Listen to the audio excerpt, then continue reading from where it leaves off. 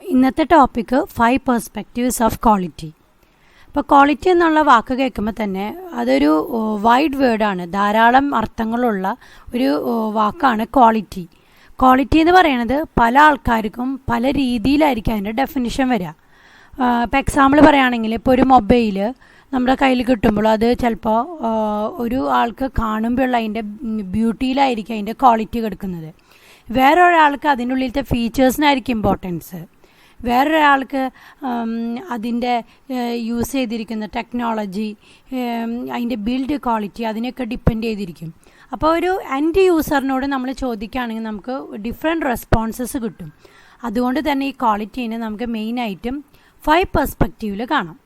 അപ്പോൾ quality first perspective എന്ന് പറയുന്നത് transcendental based perspective, second one is product based perspective, third one is development and manufacture based perspective, fourth one is user based perspective, and fifth one is value based perspective. ആദ്യത്തെ ട്രാൻസ്ഡെൻ്റൽ based perspective, അതിൽ നമ്മൾ ആ ഒരു product കാണുമ്പോൾ തന്നെ കാഴ്ചയിൽ തന്നെ നമുക്ക് എന്താണ് ഫീൽ ചെയ്യുന്നത്, അതായത് അതിൻ്റെ ബ്യൂട്ടി ആയിരിക്കാം, അങ്ങനത്തെ ബ്യൂട്ടി, അതായത് കാഴ്ചയിൽ നമ്മൾ നോക്കുമ്പോൾ എന്താണ് നമുക്ക് ഫീൽ ചെയ്യുന്നത്, അതാണ് ഈ ട്രാൻസ്ഡെൻ്റൽ ബേസ്ഡ് പെർസ്പെക്റ്റീവിൽ വരുന്നത്. അടുത്ത പെർസ്പെക്റ്റീവ് പ്രൊഡക്റ്റ് ബേസ്ഡ് പെർസ്പെക്റ്റീവ്. ഓരോ പ്രൊഡക്റ്റിനും ഓരോ പ്രത്യേക ഫീച്ചേഴ്സ് ഉണ്ടാവും. അതായത് ചിലവർക്ക് അതിൻ്റെ റാമിൻ്റെ കപ്പാസിറ്റി, പിന്നെ റോം, ചിലവർക്ക് അതിൻ്റെ ക്യാമറയിലായിരിക്കും. ഇപ്പോൾ ഒരു മൊബൈലൊക്കെ ആണെങ്കിൽ കുറേ ചിലവർക്ക് ആ മൊബൈൽ യൂസ് ചെയ്തിട്ട് ഫോട്ടോ എടുക്കുമ്പോൾ അതിൻ്റെ ക്ലാരിറ്റി, അപ്പോൾ എന്തോരം പിക്സലാണ് ആ ക്യാമറ, അപ്പോൾ ആ ഒരു പർട്ടിക്കുലർ ഫീച്ചറിനെ ഡിപ്പെൻഡ് ചെയ്തിരിക്കും നമ്മൾ ചിലപ്പോൾ ആ ഒരു യൂസർ അതിൻ്റെ ക്വാളിറ്റി പറയാം. അപ്പോൾ ഓരോ പ്രൊഡക്റ്റിൻ്റെയും ഫീച്ചർ അനുസരിച്ചിട്ട് നമ്മൾ പറയുമ്പോൾ അത് പ്രൊഡക്റ്റ് ബേസ്ഡ് പെർസ്പെക്റ്റീവിലുള്ള ക്വാളിറ്റിയാണ്. ഇനി മൂന്നാമത്തെ development and manufacturer based perspective. ഇതിൽ നമ്മൾ ആ പർട്ടിക്കുലർ പ്രൊഡക്റ്റിൻ്റെ ബിൽഡ് ക്വാളിറ്റിയാണ് നമ്മൾ ഇമ്പോർട്ടൻസ് കൊടുക്കുന്നത്. എക്സാമ്പിൾ പറയുകയാണെങ്കിൽ ഇപ്പോൾ ഒരു ഐഫോണും ഒരു ആൻഡ്രോയിഡ് ഫോണും എടുക്കുകയാണെങ്കിൽ, ഇപ്പോൾ ഐഫോണിൽ യൂസ് ചെയ്യുന്ന ടെക്നോളജിയും ആൻഡ്രോയിഡ് ഫോണിൽ യൂസ് ചെയ്യുന്ന ടെക്നോളജിയും ഡിഫറെൻ്റ് ആണ്.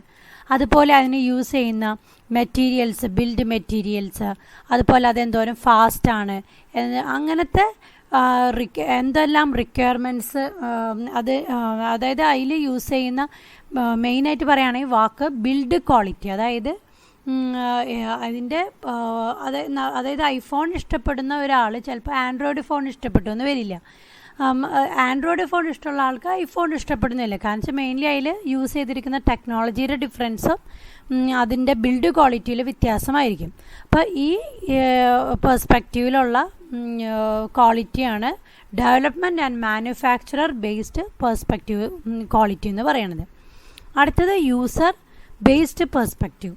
യൂസർ ബേസ്ഡ് പെർസ്പെക്റ്റീവിൽ അതെന്തോരം യൂസർ ഫ്രണ്ട്ലി ആണ്, ആ പ്രൊഡക്റ്റ് എത്ര യൂസർ ഫ്രണ്ട്ലി ആണ് എന്നാണ് നോക്കുന്നത്.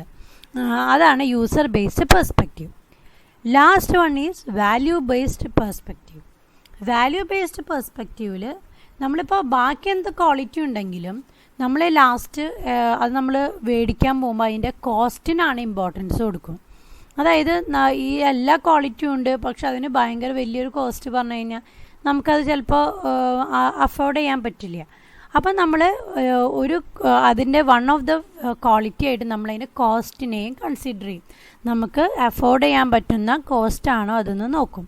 അപ്പം അങ്ങനെ നമ്മൾ കോസ്റ്റിന് ഇമ്പോർട്ടൻസ് കൊടുക്കുമ്പോൾ വരുന്നതാണ് വാല്യൂ ബേസ്ഡ് പെർസ്പെക്റ്റീവ്.